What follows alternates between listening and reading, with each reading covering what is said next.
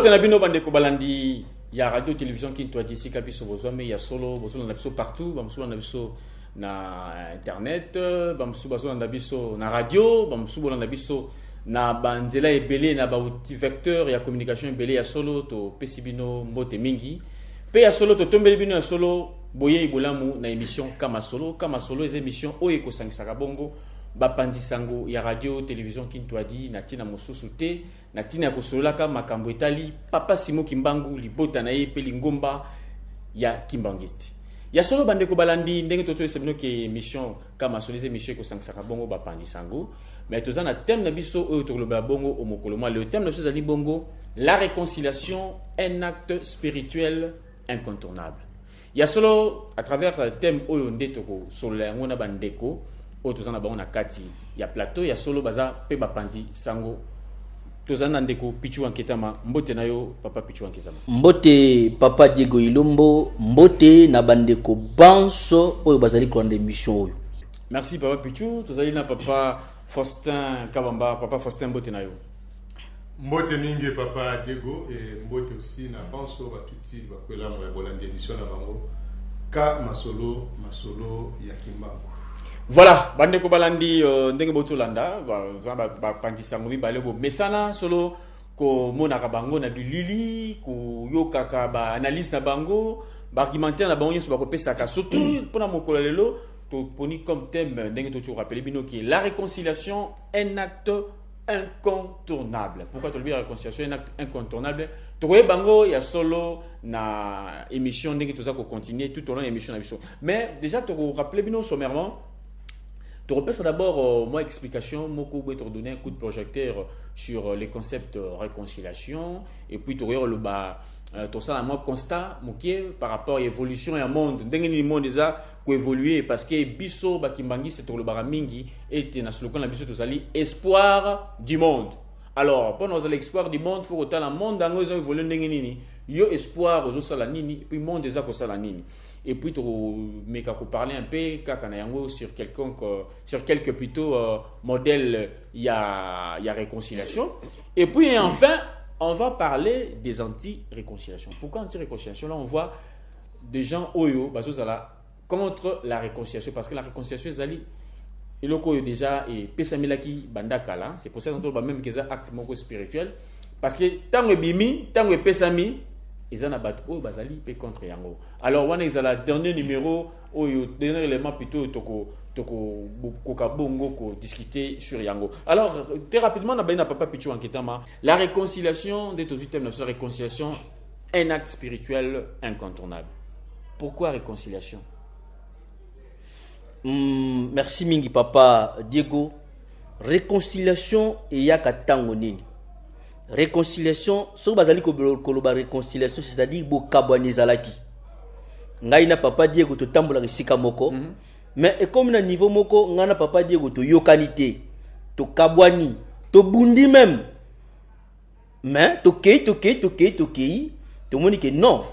Tout ça quand même bande ko na papa Diego to kotika la kaka na kandate. Il faut quand même to kutana, to yokana, to bongisa. Yango tolobi eza acte moko incontournable. Donc ceux qui battu bali ba kabwani ba kozala obligé bazongi sika moko. Ndenge na dash na biso lobaka na RDC singa famille ebenda naka kasi ekata nakati. Donc ceux qui bande komi balé ba frère mi balé ba bundaki ba kabwanaki ezalaki singi benda naki. Pour que bazongi sika moko, il faut réconciliation et quoi que ça. Alors comment ça va famille? La famille biologique, famille ozo. Est à la famille à niveau biologique. Est à la famille biologique, est à la famille spirituelle, est à la nation à nation. Oui. Donc ozo mona, ça vraiment munene, ça donc c'est-à-dire la réconciliation ne va pas à kindalaka à droite dans les cambetali biologiques. Même au-delà aux la famille, réconciliation et landaka. Voilà.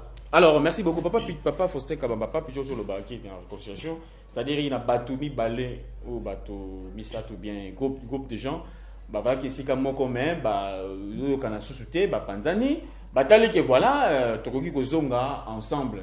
Donc, c'est ça la réconciliation. Mais, est-ce que, n'est-ce pas, parce que batumi balé n'est pas pichon le batumi balé vous avez si quand vous besoin qu'on a société moko a signé réconciliation est-ce que a signé réconciliation et ça faiblesse quelque part à reconnaître mabunga sali il y a signé réconciliation oui et vous que ça m'a fait ningwana motoyo yemo kami moni que a ninge to kabona nandeko to solo la société to bana yo kana malamu to zo kana société ngainde na za fautif ngainde na li cause ya séparation wana ako yiko mikiti sape abi en tout cas aye vende kona en tout cas limbisanga ngainde na salaka yo mabe poto kabona ka loko la Jacob Jacob a reconnaître qu'il yenda sa mabe pesa yango zonga ki donc ça n'est pas possible de reconnaître que ngainde mtu na li cause ya division to ya séparation nakati ya libota to nakati ya mboka bisikano eza belé à quoi c'est d'accent beaucoup plus ya famille même la mboka belé to zo mona ndenge na réconciliation zo salé mais et ko salé mais aussi muto azo ba que non yete mtaza fautif yete mtali cause ya division to ya séparation tout à fait mais atali que ndeko oyo ngane to na problème lelo azo yebate azo komi mon azo ko se retrouver te yene ndasa imabe ami kitisi na epeka ka vers moninga wana donc ça dit il faut comprendre bien moto a senga réconciliation et cause a pas à fautif ou bien azape fautif mais lingi nega la paix alingi kimia alingi boyokani to libote zonga ndenge zalaka osotala soit entreprise pour cause ape batum balé bayokana batie ba mise na bango ba comme actionnaire ba sala entreprise na bango moment moko bopé bakoyo kabona apo bayokani te moko alekeli moninga maile tout ça mais mususu ba kotala malgré yondo sala ki mabe pour entreprise comme aboyema azongi vers yaka surtout ensemble entreprise en qui est bosso surtout ensemble donc tout ça au kaboni boyo somona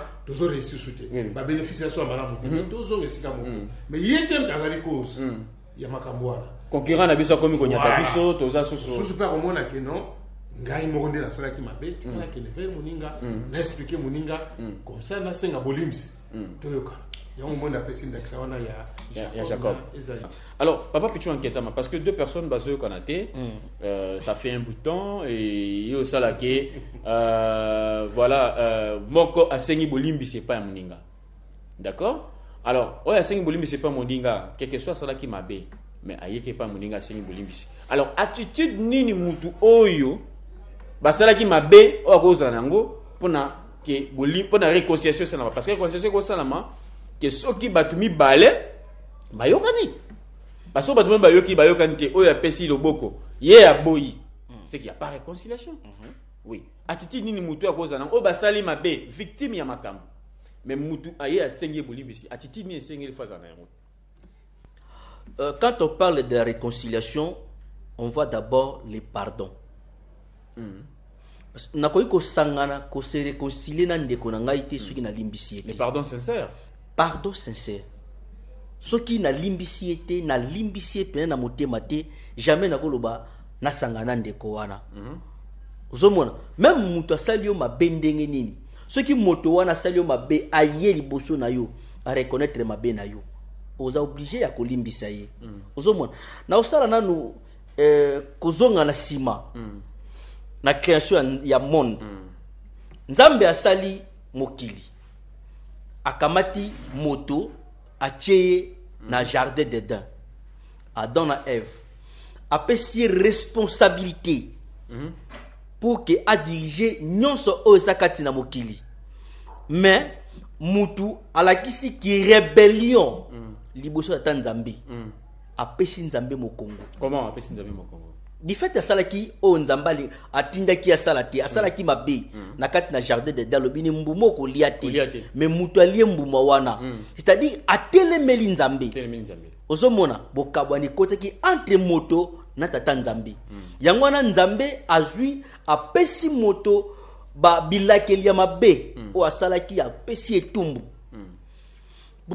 to komi na tangwa Noé Nzambe lobi non mutu akozala boete esengeli ngai moko Nzambe Nzambe na mawana ye alingi akende ko kuta na moto a se réconcilier na moto azongisa moto na kati na motema na ye mais moto malgré ki rébellion na ye wana to monike Noé Nzamba sauvera Noé mwasi na ye na bana na ye na babokilo na ye bato nyonso baboyaki matei o Noé apesa ki bango ozomona Oui. bato bakufi génération Noé bandi tokei pas Sodome na Gomorre moto azolakisa kaka na Nzambe ki rébellion malgré befort Nzambe aza kosala pour récupérer moto Nzambe ekosala ke non il faut na récupérer moto à travers mwana na ngai asopi makila na ye pour que liaison ezonga entre moto na Nzambe omona mawe ya tata Nzambe o azalaki na yango na kati na moto yango na lobi Nzambe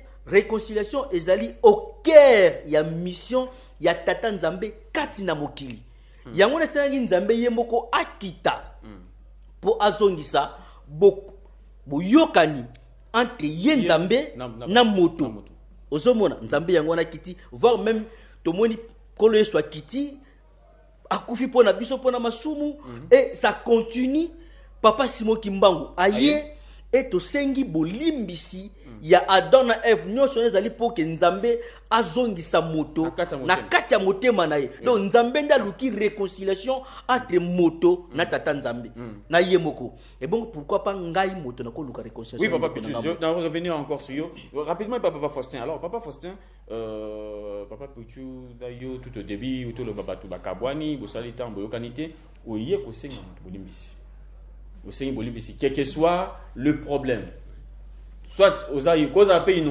innocents, ou bien aux la biomoro salaki yango, mais oui ko senga bolibisi. Mais parce que vous êtes en séparation, est-ce que séparation est un bénéfique na bana Nzambe?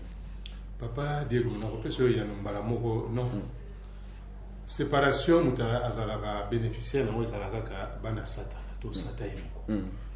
D'ailleurs, na ba message msusu Olanda na message msusu Olanda ya mama Marianne pour tala mpemi sur la RTK et sika boyoka nezate sika bokaboni ali nzambaza wana te donc Nzambe jamais a eu kozala d'ailleurs même la message ya papa Mbanza Nzambe atinda bokaboni te allez ko répéter ya mingi na ba message na donc et sika bokaboni ali séparation ezali mutaza bénéficiaire ali Satan na bana pour bana na Nzambe jamais bakondima bokabwani mukana Nzambe lobi na biso mondini okoyi kolala na kanda te mondini asala 24 heures la kanda kaka ba nande kona yo ola na kanda parce que sous le fait de la colère makambele ko bima Bible pekisia bon au fana nande kona yo 2 jours 3 jours une année 12 ans 17 ans 30 ans nande kona bo est-ce que Nzambe aza côté na yo jamais Satan d'azotamsa. Voilà, bandeko balandi bobo zubiso kaka sikoyo to ba ete émission na bino kama solo to comme thème la réconciliation, un acte spirituel incontournable. C'est vrai, ba bâtisseur l'église qui bangis ba papa Misato, papa Diangenda, kuntima papa Kisolokeli, papa Dialungana, ba lobela likambo oyo. Ba lobela likambo ya séparation. Mais pour le Nebalobaka lier l'utile à l'agréable, toujours proposer bino élément où il y a papa Diangenda Kuntiman Joseph qui a parlé de la séparation. Toka bwana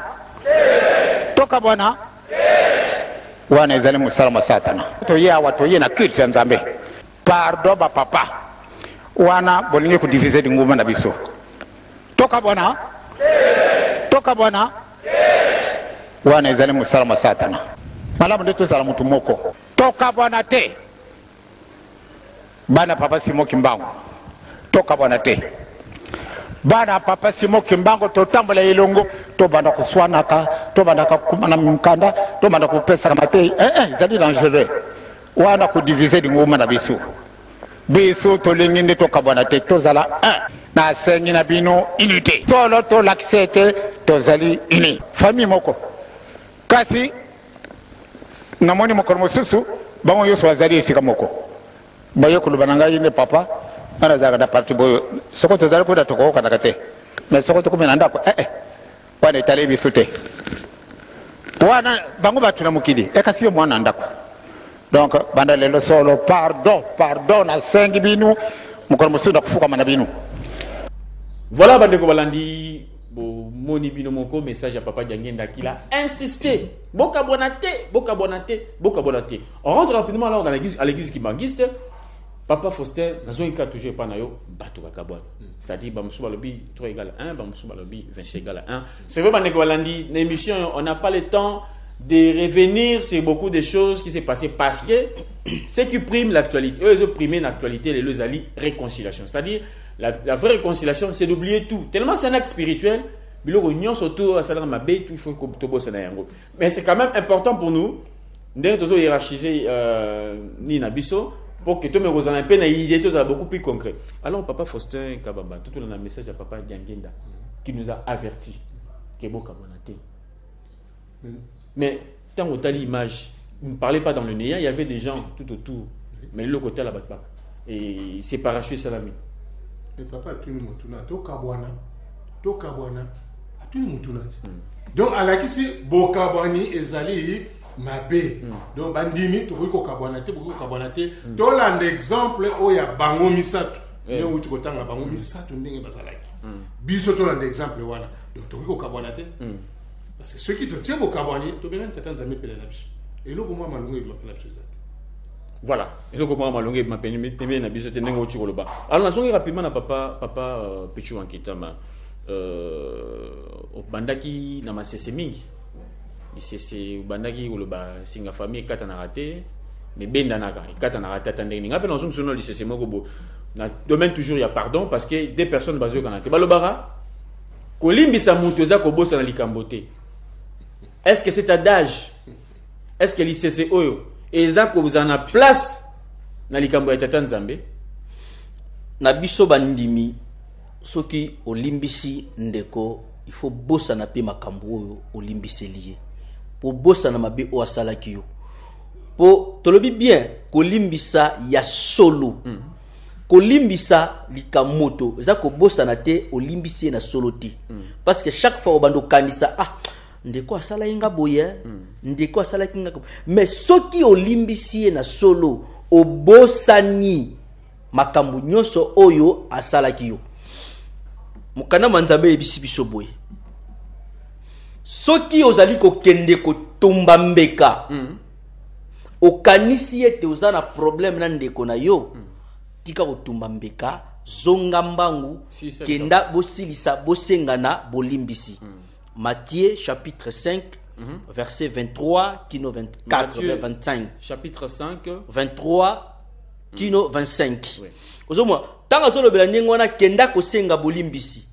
C'est-à-dire na yo mutu ye kosenga bolimbisi na ye ngai mutu boye kosenga bolimbisi biso mibale foto za likanisi moko donc poto bosa na penza mabe wana po soko to tumbi mbeka so to pesi likabona tata Nzambe ayamba yango na malamu po soki na kei na limbisi ndeko na ngai wi ndeko na ngai kosenga bolimbisi amoni kaninga kene tumba mbeka ngake sa likambo moko apesa likabo pa tata Nzambe amoni ke no nasala ki ndeko nanga mabe nakende kosenga ye bolimbisi aya sengi bolimbisi ngai muta sengi bolimbisi na yoki bolimbisi ne kasi na bosanité mukolonga pe na okende kotumba mbeka yeba ki Nzamba ko yamba. Mais papa Pichu, il y a des problèmes et des problèmes. Imaginez que yo papa Pichu ne ngoza wana Musapina yo en fait toi tenez bien ou Musape Simbara bien et il est arrivé que ouzwa ki accident moko boy Musapina yo par exemple Bukana et Katana. O regretera Musapino parce que komara na droite. Ngam na sala yo mabe yo ebite ngam na sala mabe na Musapi ona o ya yo beba wana. Et après na yé et pas na yo kosengo bolimbisi. Ça va? Yo za victime. Ngai mna sala mabe mais na tel ngabi tetete na sala pas Pichu mabe. Réconciliation. Na yé pas na yo. Na bi papa Pichu en tout cas limbisa ngai. Parce que ou tu balikamba pardon sincère ko limbisenga bolimbisa sincère en tout cas papa Pichu yo Musapi no mona kana Musapo zanango wana ngam na sala ka to pour Musapi ne katana. Réaction ne goza ndenge parce que on est na phase à résoudre ya réconciliation. Tango tozali koluka réconciliation tozali koluka toyokana malgré mabe o salakinga wana Nzambe tozali ko recommander biso eza papa Pichuti Nzambe ndazo recommander biso malgré faute oyo na salaka epai na yo malgré mabe o ngana salaki epai na yo mais tango to te décider que to sala réconciliation papa nous sommes obligé ya ko pardonner sincèrement même si le défaut est palpable. Oui papa Fossé il a complété les comme papa Pichazo et ça toujours dans le canal de Tanzanie ma tozolo kolo Yesu azali koloba boyokaki balobaka pesi donc se référer dans l'Ancien Testament zongisa mabe na mabe mais ngai na yebisi bino lelo lelo nga na yebisi bino bolinga meme baye oyo bazali koyina bino donc linga moyini na yo okozwa nini soki yo zali kolinga kaka oyo alingaka yo okozwa nini soki yo ali kokabela kaka oyo akabelaka yo libonza nini okozwa malamu pesa na moto oyo yebika akabaka te akabelaka yo te akabelaka mpe bato te ye azalaka na rendez-vous ya korecevoir rendez-vous di donné epa na ye ezalaka te kabela ye oyo yebika ayinaka yo asala yo mabe parce que likambo olobi opesa epa pitu ya mosapeza moke moto aya ayebisa yo omoni ndenge oza boya mwana na oki ngai nde akufa boye na date tel nga nalaka ndoki nga mpe nalia ye aye ayebiso yo sikoyo bible elobi linga moto wana ozotala esika le pardon sincère pa pitu akutolo pona compléter papa Faustin kolo yesu nzambi mwana nzambi aye babeti basite ayebi kazo kufa azali kolo ya nini ya croix ayebi kazali ko kufa e bato bazali boso na ngai bango nde babomi ngai pe kufa ya soni kufa ya soni mais asengeli bato wana pardon tata limbisa bango pamba te bayebi likamo basalite omoni pardon wana oyo nkole so alakisi biso lolenge nini biso bandimi to sengeli kozalela atali te ke bomoi na ye esuki na katikati 33 ans 33 ans jeune ayaki posa la musa mais 33 ans jeune yango nalobaki na yo ke tata nzambe à travers liwa ya nkolo yesu alingi azongisaki liaison entre moto na ye, c'est-à-dire ceux qui olingi obika ndimela nkolo yesu soko ndimi nkolo yesu azamo kondi mobiki sina biso yebate nzela ezali pa na yo attaque nzambe après que nzambe ya compléter mission musu o molimo santu ayi ko sala. Alors justement papa Pichu parce que sur le balikamba liwa ya kolo yesu liwa mokufa ya soni na misu ya batu yesu badi na Jésus na Barabbas pas bon manani Barabbas. On parle un peu de malbouche hein parce que on est toujours dans l'église qui bangiste hein. Parce que tout ça qui bon encore et un moment on va pas traîner si ça ne te rappeler na bandeko balena biso parce que tu as une phase de réconciliation malbouche mano ça la mato oh batu basalibo et ça dit que moi fusion et salama est-ce que malbouche wana n'est-ce pas ezabilembo pe ya satana papa dire que ezabilembo satana yo na ngai to fandi ka kati mission songi to sala mission mususu ba mettre penseur bango la malbouche nzambe alobi na gauche alobi na droite nzambe alobi na droite alobi na gauche azozwa me bon nzambe atia on a place abina leki nzambe na bon nzambe bato ngana benga baza plus kimbangiste que les papa simo kimba so ba mutu mo zo ngande na zaboy na yebi kimbangisme ko leka ye moko simo kimba mutu no yebisa mazana ozota de ba mal bouche ba ali e ba ko continuer aux parce que tant que nzambe azali ko exister satana pe azali kaka wana timo ko la ko ngai soka kangi ete sata osanga kaona na bana na esto ko tozo ba ka église ngimangiste sata beta to la loba yango clairement nazali tozali ko ya tokokota tokokoma tina niveau tel tokokota tina famille na yo monimo santo sata beta to voilà et azo continuer au défi tilelo alors papa Pichu Anketama est-ce que n'est-ce pas que ceux qui songi le mabe yango peut ça qui pensa que et ça la fusion au sein de l'église kimbangiste na ebité ceux qui message yango ezali malgré yom toza ko diriger débat papa Simon lobaki yango papa Simon Kianga na lobi yango que tozala kina bandeko awa boche songi boche songi po ete biso na bandeko to kabwana bandeko bakei e biso tikali awa bozo continuer ko tia songi po to kabwana lisusu. Voilà, alors de conseiller rapidement na technique na biso soki bazali pré ba pesa biso déjà image wana ya papa Simon Kiangani wa lobeli kambu ya songi di papa Pichu au chikoloba kuningana za penza malamu te et surtout momonike lingomba ndenge tozali ndenge batikela biso ba papa batikela totikala susu bongo te mpona nini mate ya mabe eleki mingi bandeko bakei me biso mpe totikali bato mosusu bazilingi bakabola biso wana mpe eyebani kasi soki tosali bongo ezali mabe ezala motango akiade pesa ye makambo malamu ezala nga moko pesanga makambo na ngai ya kitoko ezala papa zako papa mbenza mamari nsonga mamari mwilu kuna na pari ndenge totikana yika mutazaka na biso na papa José bino bobenga papa Rikene enkumu yo kolobakila yibene dia mundele kene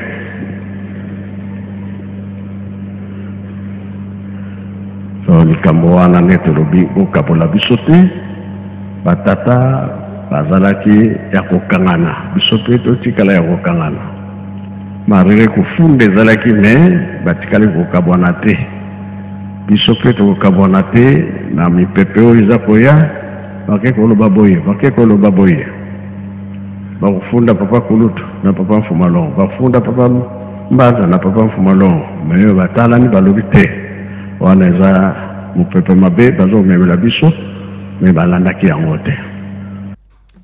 Voilà, Bandeko Balandi, Bouti Kolanda. Alors, Papa Pichou, très rapidement, parce qu'on ne va pas traîner là-dessus. Oui. Parce que dans la phase de réconciliation, Oba Fingaki, Oba Lobaki Boyo, Mutuboy, on n'a pas vraiment besoin de ça. L'intérêt principal, c'est la réconciliation. Oui, bon, Nangana Baksane Sikana Maloba Papa, si moi, Uti Koloba.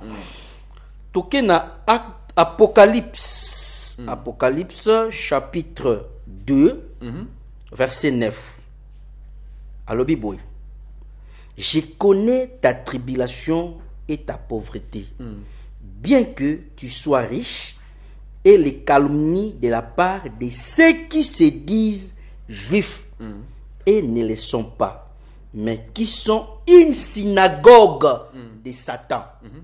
Ozomona, Papa Simo tia zolo bandenge wana, c'est-à-dire na kati ya lingomba Papa Simo Kimbangu, toza na batumi bali, bilembo mi bali. Bilembo ya batu ya satana o bazali ko se réclamer ba kimbangiste mais bazate baza ba kimbangiste te bango ba bengisa balobi ba juif ni balobi baza ba kimbangiste te bazo tiasiko mobulu na ba bilembo ya bana ya nzambe o baza ba vrai kimbangiste donc osoko landi message ya papa wana n'est papa utolo ba donc tozana de bilembo o ezali ko bunde yango na tuni est-ce que réconciliation et Rosala Bilemboya mi balé kuta na susu ou bien nzamba ko sela ndenge ni mais objectif na biso nini bana ya nzambe basanga ni sika moko po bakumisa nzambe. Donc voilà, c'est pour ça que nous mettons sur le bakeza acte moko spirituel incontournable donc on peut toujours. Alors Papa Faustin, c'est vrai tant Moulaye Salamé, on va pas rentrer dans le débat et tout, il y a Makambu, tout c'est des exemple que collé sous basali écoute il y a mingi. Ba fingi ba hinie ba bino makambebele mais jamais à laquelle qui batouana mabe collé sur le web c'est que pas nzambe limbisa bango pour bazo sala ba yebi loko ba sala te. Alors to moni ko kabwani wumeli tant Moulaye pour le 17 ans aujourd'hui même donc premier à 18 ans donc déjà au kabwani salami directement pour cette année ba papa mon koto hormis makambo bele ba sali bango ba funa aner ba loke belé va se décider, va se lancer dans la phase de réconciliation. Pourquoi tant d'années comme ça? Merci Papa Diego. Tant d'années, non. Parce que papa ne m'a tout le mon koto, banda likambo et banda, chaque jour, la réconciliation. On a l'église. Mais y a-t-il des démarches? Il faut toujours les sikamoko. To matato kita lingombe za les sikamoko. Bandimi to za les sikamoko. Libota parce que il faut to za les sikamoko. Ba pesi même recommandation na bandimi. Tango ça ba prière na bino, et ça la prière à kolia, et ça la ceux qui a nini, on ko la ceux qui kam nini. Même ceux ko yeli boso na biso, na makambo yo ko senga. Ko bosa na te bakisa. Oui, par exemple papa en tout cas na zo passe moko na musala na taki de bande bandimi ngai mais na lingina kende voilà. Sima wana bakisa papa réconciliation na bino bomoko na bino. faut 5 ans. Na mabondeli et tangoza et pas na biso. 17 ans, 18 ans. Et mon année belé, mais papa au ndenge muto bananga mboyo banda kala. Ba ko senga ngo. 2017 on a bossé je crois. 2017. 2007 même. 2007. Tentative de réconciliation ma casse. Et ça là qui Oyo et monana lors de 120 ans il y a voilà. Bah papa nyos ba utaki poto partout ba yaki ça OK on est d'accord boya mais voilà ma condition bole kana paroisse moko la moko le kana paroisse siko za ba yebelio ozumu kadana yo le kina commune ville ti wa ko makamba et boye au similier ba symboliser ba oyambayo c'était ça. Mais papa basalaki il y avait même parmi les papa moko andimaki ngai na ndimi ba condition nyoso wana à la personne maman Christine Dalida andimaki ngai na ndimi nyoso to wana bopesa na mukanda ngai na soke tango ko na pesa kimba non pour les filles to cela ça la boye ça la makate donc pour nous démontrer que papa o bazana ngamu ya pai boye ya 26 mukona mukolo souci na bango yangwana ezaka ka papa te même les bandits kimbangistes au bazana ngambo 26 bakolobaka toujours likamwana bato bana batikali na centre ba bande kona biso il faut tous aller sika moko d'ailleurs komona kango anazoba o azana mundimi azana 26 position ni nazala nango soka azana de penyande kona ye o atikala de l'autre côté ça toujours na même attitude à la na boso ki wande kona ngai famille na ngai tozana lingoma moko par contre o azana de l'autre côté attitude ni na kozala nango soka zali pene ya mona 26 ozotala moko na moko ayebi donc pour dire que tawana ngoche ngana ba nzambe peut-être alingi ningwana mais papa François qui était déjà depuis lancement réconciliation Salami Batiti de Belé changer hein. Oui, et Belé changer. C'est normal, fait changer en fait, tu oublies le mingi mais pourquoi ça? Vous en déconnez qui bangiste bazolia ba famille c'est normal. Moko zongi attitude ça ni balé. Attitude ça dit que vraiment et vous mingi vouloir ou pas il faut tous aller ensemble. On est-ce que ban nzambe mudi ensemble. Il y a mis balé ça négatif il dit que non, pas question. D'ailleurs, vous n'avez jamais qu'on salema. D'ailleurs, vous n'avez jamais. D'ailleurs, moi, l'église humaniste. Ce n'est pas biblique. Attitude, ça toujours mal, positive et négative. Mais il faut essayer de voilà. 17 ans, ça peut-être Nzambe Moudali. Mais mon collègue, ce que Koki. Ce que Tomo le beau qu'on a eu. Et quoi ça là? Il y a ça qui en 1921. Dans le tribunal à Manzamou. Tant que nous avons ça. Non, pardon. Oui. Dans la bêtise, le conflit, mais ça, il y a des rossis. Nami les enfants, tu les as dans la bataille. Ce qui est au côté. Et Fiji, il y a roi. Les Alaki Nani, Namabele, Pom, Koyaka.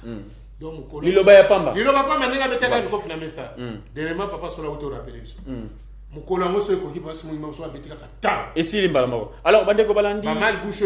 Oui. Bandeko Balandi, bozui biso susu na mangongo yo. Tu ba kebisho na kama so bozuma déjà thème eza affiché na écran na bino. Alors, parce que papa Faustin trouve balikambu ya ba papa ne ba zo confirmant tout le temps que voilà réconciliation. Tolanda extrait ya ba message na bango sur la réconciliation. Fotozonga kozalisika moko poto pesa mbando exemple na bato nyonso mokili bayebete ya solo bango bazali bakoko ya simoki mbango po soki tokabwani tokoteya bato nini soki biso moko tozali bolimo donc tokota na distraction te objectif ya biso nini réconciliation lobi analobi na bino makambo ya réconciliation na kati na lingomba tata simoki mbango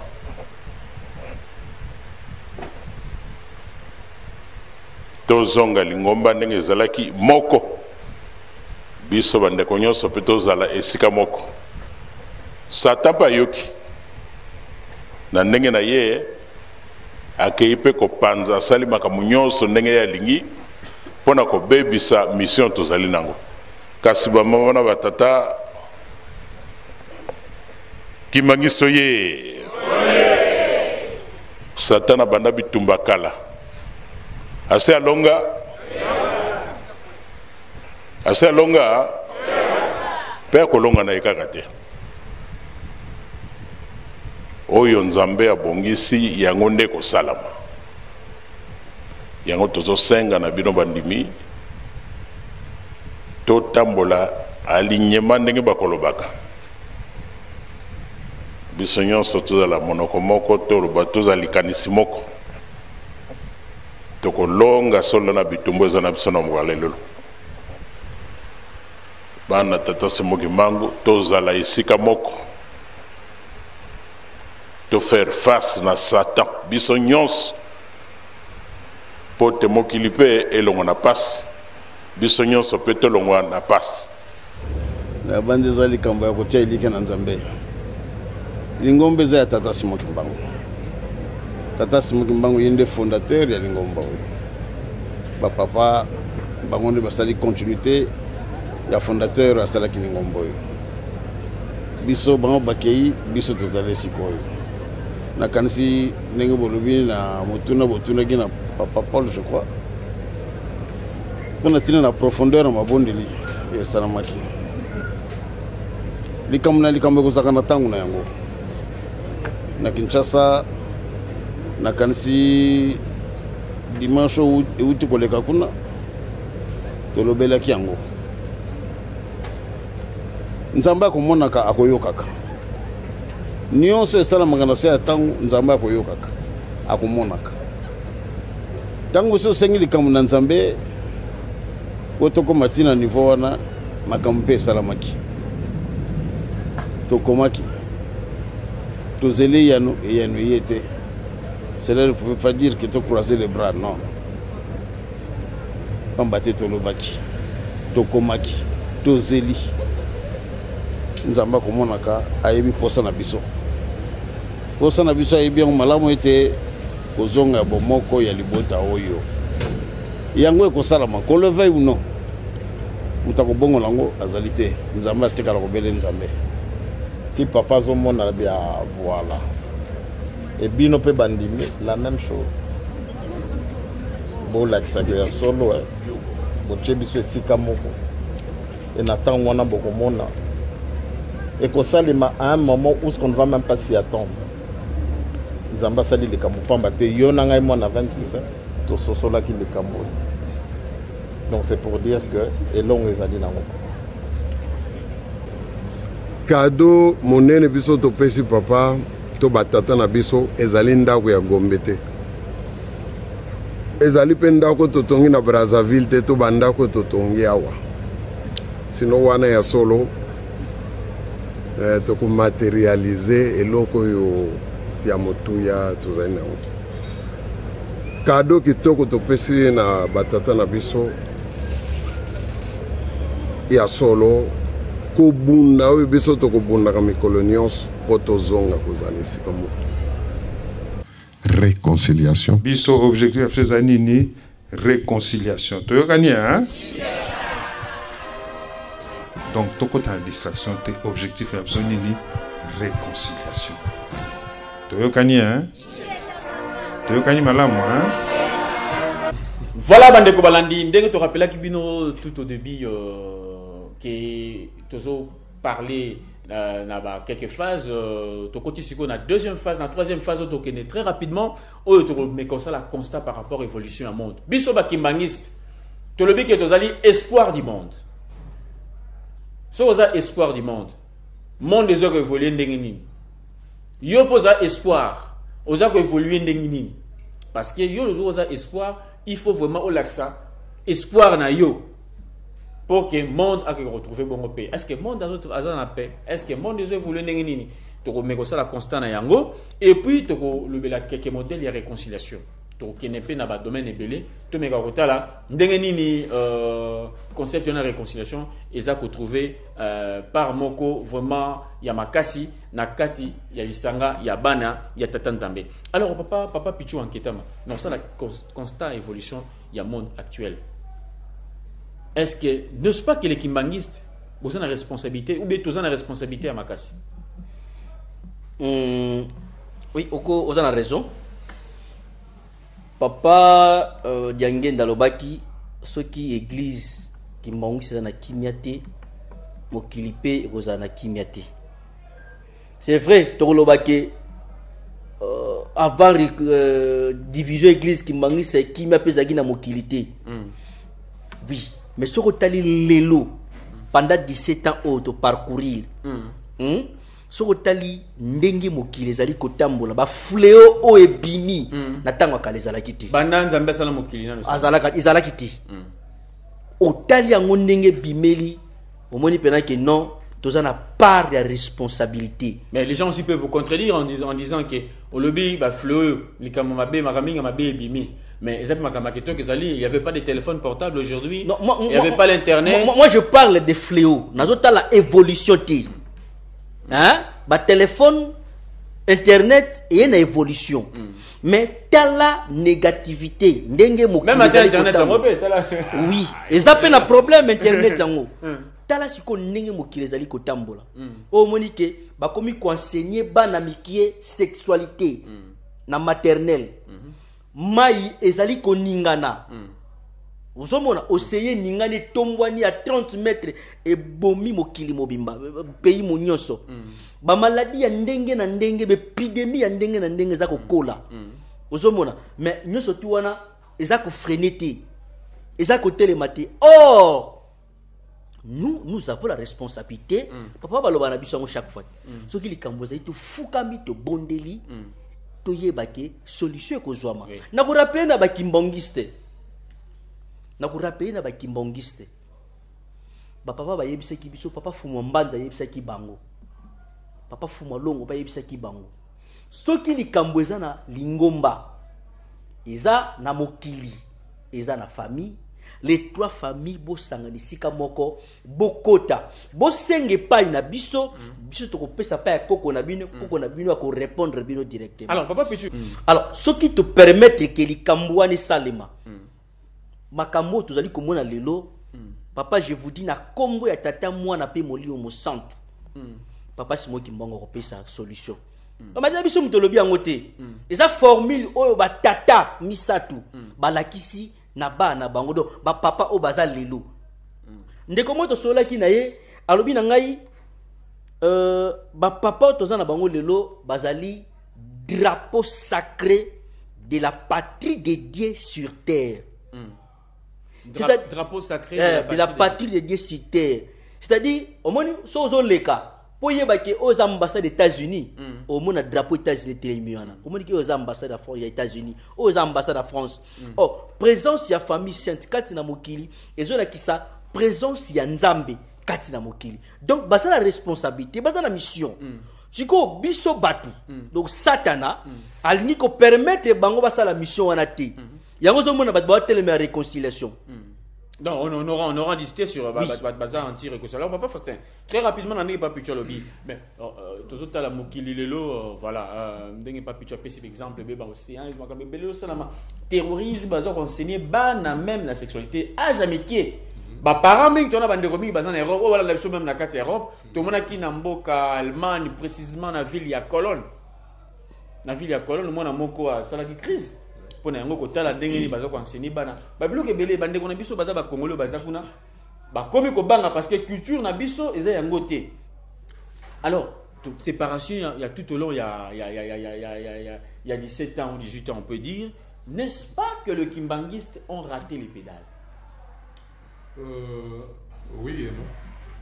Oui, baraté pédale na bango na ba oyo bazo continuer. Ba yo ba comprendre qui message à les trois papatés. De baraté pédale. Mais on va continuer à garder message et la vraie doctrine. Il y a l'église kimbanguiste, bazan la pédale na bazo contrôler. Et grâce na bango, moi qui m'est allé koya. Donc ça n'est pas moi les cas la moto etikali. Voilà. Ils a quoi alimenter. Populaire. Pas dire bazo population ka lembi ya lomenga na ila zo population na lembi papa picho ainsi de suite. Il y a 26. Exactement 26. Oh Satan ayeba kité. Quand la tchaki boulu yeke ayeba kité. Pas surtout ki boye et bimi abundi aluki akoki. Et même non na yaki avant les gars na yaki en mission mais mission na monelo ka malonga te ezo simbate na zongi na beka isika na utaki sata rubaki yango nengo uti ko rubali kam ya nini ke ba kimbangisa ba raté pédale na bi oui et non na ba o bazo continuer au boya bomo l'unité ezala mais oui parce que ezana mwandam ya batu oyo bazo ko garder pédale na bango et bazo contrôler ndé bazo conduire véhicule batikela ki bango pour comment ti na bon port Donc ce sont des humanistes au bazo prôner l'unité. Peu importe ce que ça dit. Peu importe ce que pas maté, même au bazar en il y a 26, il y a na ba oyo tango comme ce que wana bazali pe. Sur le bilan, oui, sur le bilan. Monde le commis n'est pas tout auto on va faire. Et ça a musique parce qu'on le dit comme par exemple Allemagne et ainsi de suite. Mais la carte a payé monsieur d'Afrique les lots. Bon, tu en as par exemple. Bah mariage homosexualité. Les lots batikiango. Adultère. L'Afrique d'ici je. Bah les lots mutako ça na balabala azo ça les kobo na baba yozo les kaleketali yote. Mutazo tambola nuit na balabala batazo tambola nuit na balabala etali yote. Loi ezo couvrir bango et puis si bango liberté on a ba ko sala ne ba yo le kana yo eza yote tikana ndenge yo sala nyo sala c'est comme l'Afrique et c'est comme la kata mboka na biso ndenge lo ba ki papa dengenda et papa Charles et tika nyo so ya ekota ce qui nyo so bango ne so akoti na filet donc on a filet et makambo. Voilà, merci Papa Faustin Kabamba. Alors, Bandeko Tozo Koba, c'est Koba l'émission na bino tokena. Troisième aspect le Blacky Bongo, il y a quelques modèles, il y a réconciliation. Papa Pichu Anketama. Nous sommes église qui mangue c'est ça espoir du monde. Ça va? Le monde tokena nini à terre, totali ba continent nyos. Ça va Papa Pichu? Ba continent nyos. Alors tu veux espoir du monde. Entre-temps, Bissomoko, on a de petits laki, des petits baba comme Mike, oyo, qui il faut tout bongisa. Mais totali, Bisso te lancer réconciliation. Mais total le monde, modèle, il y a réconciliation et comme il faut ça le mépelé. Prenons les cas par exemple, le président Donald Trump, c'est une question d'actualité.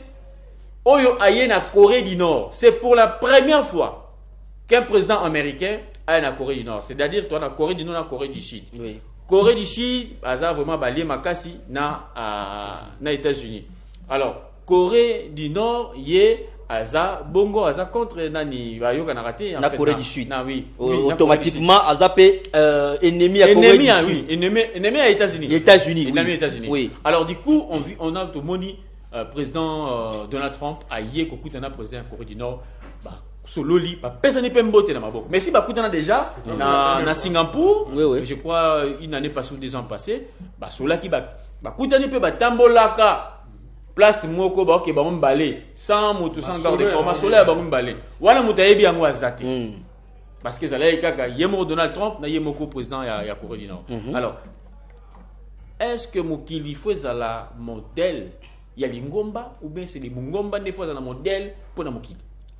Moi, je pense que Tata Nzambe alinga pesa biso otomi lobaka kitoza bato na Nzambe leçon.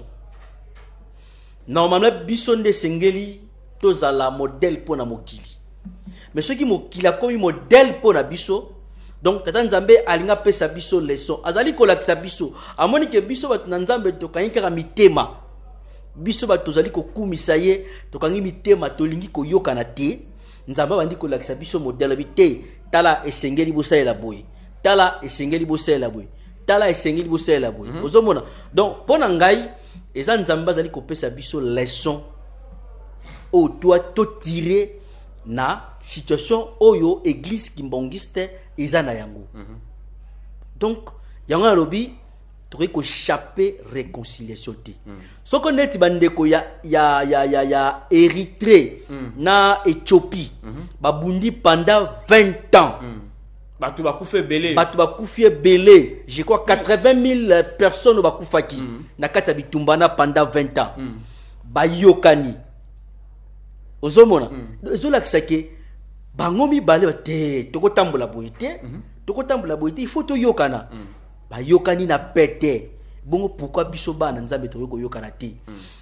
Soki ngai na liko yokana te ndeko na ngai. Nzamba yokisa biso na makasi.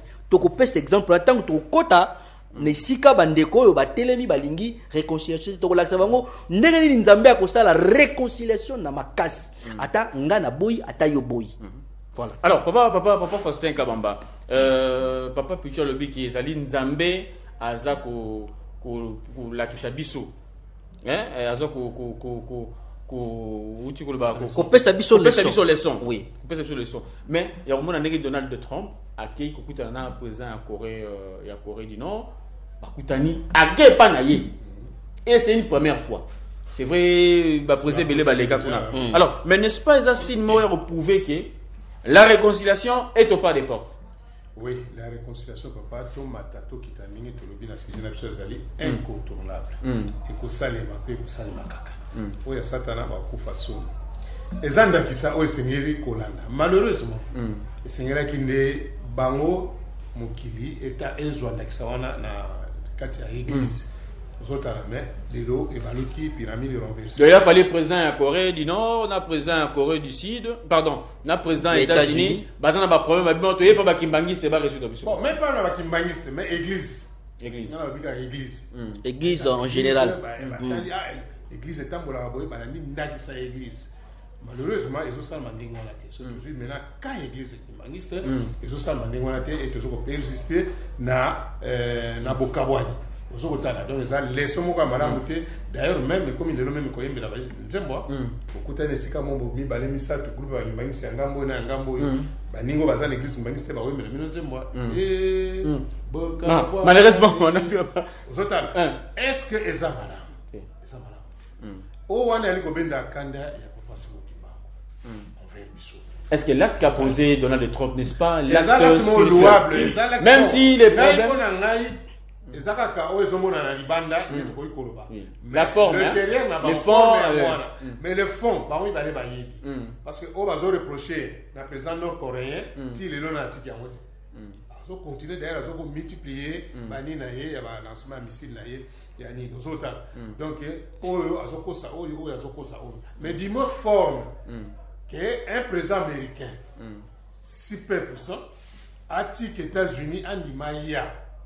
Kokutana na président nord-coréen ennemi na ye oyeba ennemi na ye ça ja sini moko o mokili mo biba bayebi ça sini moko mala et malheureusement na nyoso wana to matato kitapona réconciliation na quatre églises kimbangiste nani a ko se réconcilier nani parce que ça question monsieur le Seigneur to lobela réconciliation ça na makaka boité et ko sala bana satana bana nzamba se réconcilier et on sala ndengeni. Donc, est-ce que Nzambe a retiré comme Satan? Est-ce que Satan a comme Nzambe? Jamais. Les trois papas insistent sur le quoi. Réconciliation comme ça, les mabana et Nzambe oyo baza de l'autre côté. Bakangami na kati en prise. Il y a mon Satan a eu réconciliation. O baza kuna, bano ya Nzambe bakuna. Bakobima, bako se réconcilier na baza koto. Bano ya Satan na batikali koto yo. Nangamba 26 bako bima bako rejoindre ba oyo baza nangamba wana basaki bloc na bango baki ko se réconcilier batika nangamba tata na bango ozota donc réconciliation ya lia bana ya Nzambe oyo batika nangamba d'ailleurs soko yoki ba message mususu même ya bandeko ba de l'autre côté parmi eux oyo baza na centre d'accueil en fait oui oyo ka ba mususu tel kabe o melikala il faut tous aller sika moko tous bandeko oyo ka langage mais oyo ka na bisusu soka meko yo ka mninga na lobi ndengwana ateleme yo na soko msala comme no papa pasteur yo za ka mwana 26 yo za mutani kimia de la même manière na ngambo ya o bazape na 26 c'est pas que tout le monde va se retrouver na ngambo 26 besoin de ma réconciliation non et ça na ba oyo bazobo ya réconciliation voilà alors nangana compléter papa Faustin ndenga lobi kambuya kokutana papa foyeba yango ke bandoki o bazana mokoto bakenda bazana confiner bandoki ya centre te basala réunion de bonda butu mais na oyo baza oui sika nyoso bana nzaya bazali ndoki ya salaka bon bana satana bazana mokoto basala confiner bana satana ya centre te ozomona donc yango bangona nde o mwana moyi bazolo baté réconciliation salamati yangwana bana satana mais bana ya Nzambe bango baza favorable pour réconciliation salam. Alors voilà bande voilà dit directement tu attaquer dernier point nabiso au ZIP dernier point souka donc nabiso émission ba anti réconciliation. Donc autrement to benga bango ba mur de Berlin. Bango ba lobby non, il y aura pas de réconciliation. C'est vrai. Quota là, vecteur et communication, en prenant les cas des réseaux sociaux, beaucoup de choses se passent. Est-ce que les réseaux sociaux et salama pour nako salama makambo tozo sala? Est-ce que les réseaux sociaux et salama pour nako salama makambo tozo sala? Ce qui les réseaux sociaux et sala les kamo moko ya kitoko et pas inabiso. totali ndaki sa Facebook, Twitter, Instagram, nani WhatsApp tout et tout. Ce qui est sala makamba kitoko pona biso. Alors biso nini toza ko sala pona ba réseaux sociaux. Alors na rotala batwe belé bazo pesa ba position na bango pour aller directement au but. Tolanda ki émission ya papa Jean-Marie auto PCP Mbote yé aza na mboka Londres si je me trompe pas en Angleterre. Yé asala ki émission na papa Apo Salimba basala ki na émission c'est vrai pas Apo Salimba zaki a na Kinshasa mais avec la nouvelle technologie azala kuna mais basola ki na yé na téléphone et puis on va passer en direct. Papa Faustin Kabamba Olanda qui émission Papa Pichou Olanda qui émission. C'est vrai que nous on n'entre pas à fond dans des détails par rapport à Makambo Belé. Oh non.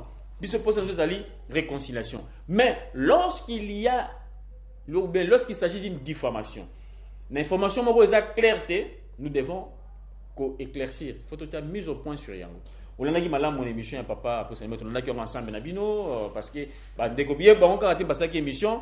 Tout le monde qui sous papa Nabiso Divo à Paris, papa Désiré Mbaki, na papa Sis Malundama, basala qui émission, batebe bazo sala émission batebe bazo sala émission na bango, bazo pesa banalise na bango. Alors, on a c'était une émission de plus de 2 heures. Il y a solo totali papa Jean-Marie Azaki musicien fanfare parce qu'il m'a le raté Azaki musicien fanfare, beta na faké beta bombardo. Tant basala une émission, c'est une émission de 2 heures.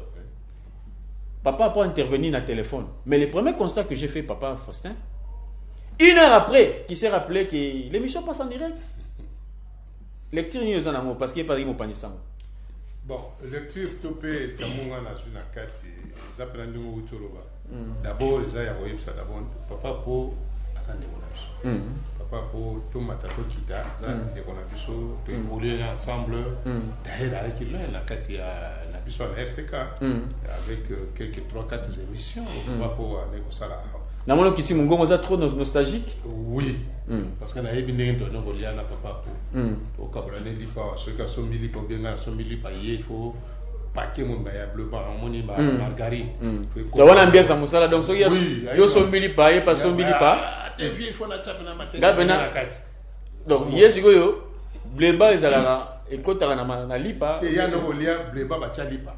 Bleba batia lipa. Non lipa batia lipa. Bon, voilà les ambiances à Moussala.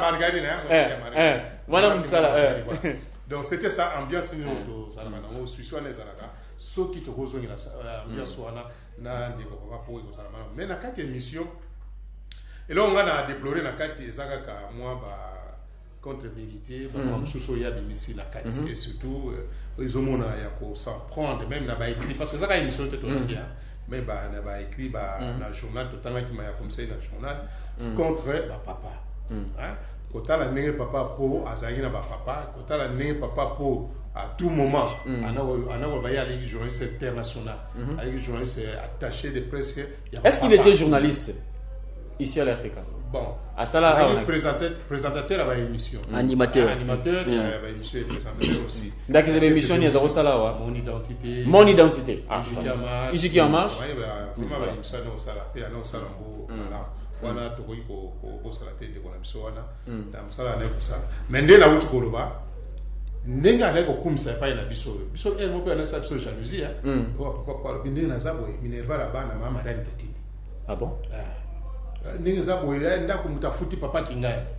Donc mais à côté parce que papa Jean-Marie le black et le mokabi papa po je regrette l'opposition aussi parce que zo finga papa moko to ba selo makambo ebele. Il y a pas ces réponses, il bon so kabel mutu quelque chose, il faut le bango. Donc lui-même déjà papa pour vous disait que voilà Minerva là. Mais oui, toujours solo là. Nanenga bien. Nanenga bien. Bien zo betre solo là. Ah donc clair hein, moi na mungala bena solo. Muza ça. Papa il a ponde ko na biso mingi. Papa sunga. Yo zo kele la butu lem sozo moi mais papa ba betre solo nenga. Zo ta mais ina nenga mabete. Nanenga ambiance. Mais siko koya ko loba eloko nenga wana, ko komsabilo ka nenga wana. Ko s'en prendre na ndenge mabe na papa oyo balai ko sungaye na makambo nyonso sur le plan spirituel, sur le plan physique, matériel même. Ozotala ezala ilamba ezala nini papa po aoyebisa bino elamba ningo moni papa uta poto ayaki avant que na tikelinga surtout papa marteau sapato ndongo moni papa marteau avant que n'aime ta tikelinga même problème de taille parce qu'il a soulevé le problème de taille même si yo 43 ou là t'as 52 là là 44 hein oh non papa leki oh papa pesinga sapato et ça la qui 30 pour na là t'as 44 papa na reçoité la reçoit yango papa mtakabelinga na reçoit yango ceux qui na reforcer ou na ouais que yo bima na tete oza quand même na famille regret na ngeza beaucoup plus na ma onyo standandi la place wala li reconnaissance fala zana mutu moko azana reconnaissance et pas ya ba papa oyo basali ya mingi et pas na ekoleka pe ba msusu ozo otala elo ngana zo kyango wana et ba vérité makamsusu ya wanga ina kati te boye oyo bazali kokosela ngai